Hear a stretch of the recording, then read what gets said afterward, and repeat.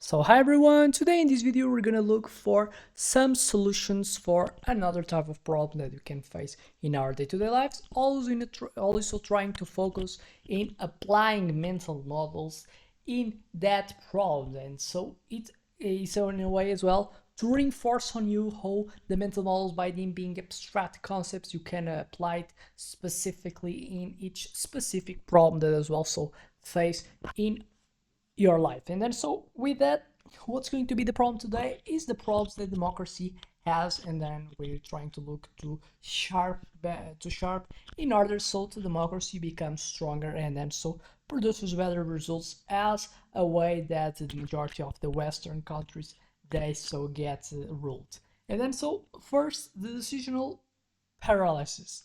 The solution: algorithmic democracy. So what's the problem here? Laos stuck in partisan gridlock. And then so tools for that we have the modular legislation, proposals split into independently voted models, and political matchmaker, artificial intelligence that identifies shared ground between hostile parties.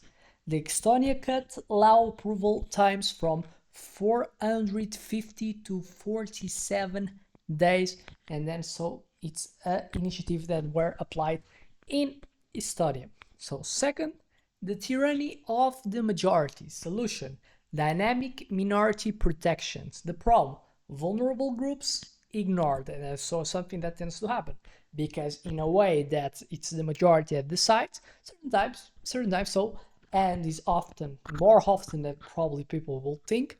The reality is that getting decisions by the majority certain times makes and creates problems for the minority.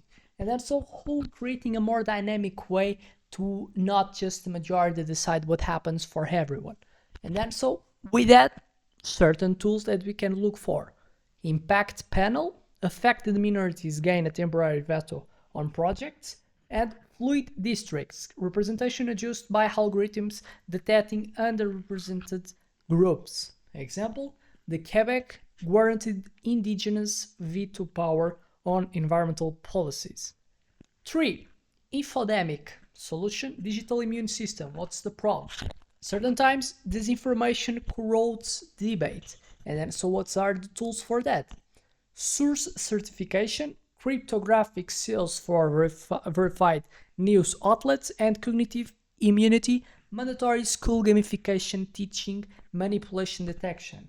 Finland eradicated 87% of fake news spreads in elections through Key 12 training. 4. Civic apathy. The solution is a gamified democracy. So what's the problem here? Only 40% of young people vote, and in certain countries are even higher the percentage of them that still do not vote. And then so what are tools for that? We have visible impact, app showing direct outcomes of each vote, like your choice allocated 2 millions to hospitals as just an example. Engagement rewards, credits for public services awarded for participation. As example, the Taiwan boosted youth turnout by 300% via gamification. 5. Corporate capture. The solution is the anti-lobby antibodies. Problem: companies buy influence, and it's something that we see a lot.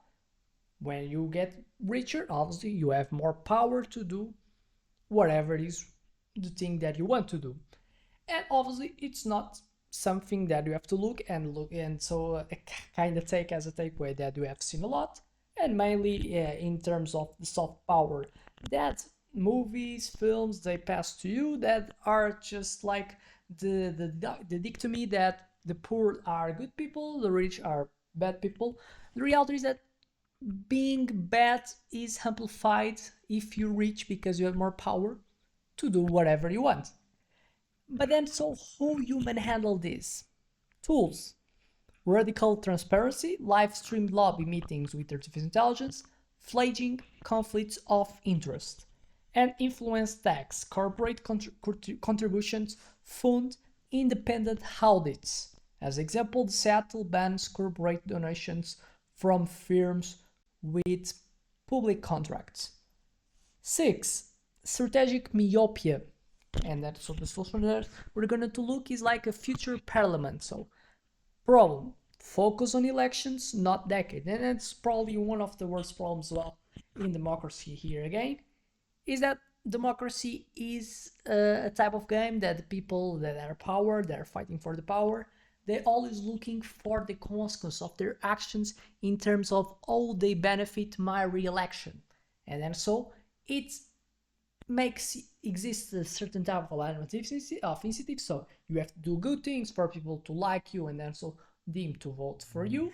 But reality is that exists certain flaw because you have to do good things in short term, because as well is what's going to decide a consequence in short term, the consequence that people remember that you have made in 2, 3, 4 years. And the reality is that it kind of takes away a lot of what will be better solutions, and normally are the ones that what take a long time to get developed, take a long time to get consequence. And well, obviously when we get to the point is much better than just we making these cycles of just looking for initiatives that bring consequence in a 4-year span. And then so obviously it's a limitation, but by being a limitation, it's a problem. And if it didn't exist, we were so not doing this video. And then so by accepting this, what are tools to beat and to fight this? Virtual seats, elected process for future generations with veto power, it's important. And resilience testing, bills must prove viability under 250 scenarios. So seems 2050 scenarios. So it's something that can be positive. So we're not falling in the tyranny of now. We overrating the power that the now has, the consequence of the now. It helps so to as well, I mean, count so the value of the time, the value that what we're gonna so left for the future generations. So tribalism solution, mandatory coalitions. What's the problem of the tribalism that we're seeing in democracy? Polarization paralyzes governments. And then so what are tools? Shared ministries. Political rivals co-manage portfolios. Environmentalists, more industrialists on green economy. Cooperation prize, extra budget for truly cross-party initiatives. The New Zealand has ministries jointly run by multiple parties. So seems to be something that can be adopted, has to be looked if it's something that it's positive or not. And then so with that, we can look some from other type of tools. We can have like emergency playbook, 90-day rollout, like express democracy, digital platform for citizen proposals, more auto allow if 100,000 support in 48 hours. Anti-Apathy Tribunal, 0.1% salary fine for non-voters, funds funneled to education, that's one of the best ways so to make people get engaged and gaining the social values that are needed so people to get incentivized so to make what you pretend, that is getting more initiative, getting more so motivation in to participate in the democracy, in the government. And obviously another thing is resilience hub, artificial intelligence that simulates policy impact 5 years out. So with this type of playbook we already fullify a lot of the problems that democracy can have. So now a quote, democracy isn't a dogma, it's a social technology that needs continuous upgrades. So another thing that's important to look, some things have to be constantly getting improved and not thinking that just because you have some changes that everything is going to change. Is like overrating the type of impact that initiatives can have in how different so it will be in so whole draft. It's obviously something normal to feel threat that the changes can bring something that you cannot deal with, but the reality of times 99.999% of the times it's not a real problem. You can deal with a lot of the changes that can be applied in your life. Democracy health check, obviously whatever is the initiative you need to look for data that so makes you understand if what you do is right or not. So decision speeds, healthy signal is decision speed of initiatives being under 30 days, polarization fever, less 20% of political hate wherever it is, the way that you can register.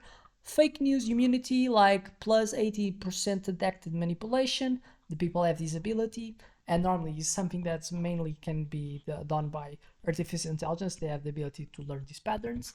And new bloods, plus 60% youth participation could be as well a metric that makes you have a sustainable democracy. So with that, I hope that you have liked the video. I expect it was enough so to subscribe, and thank you, and I hope to see you in a next one.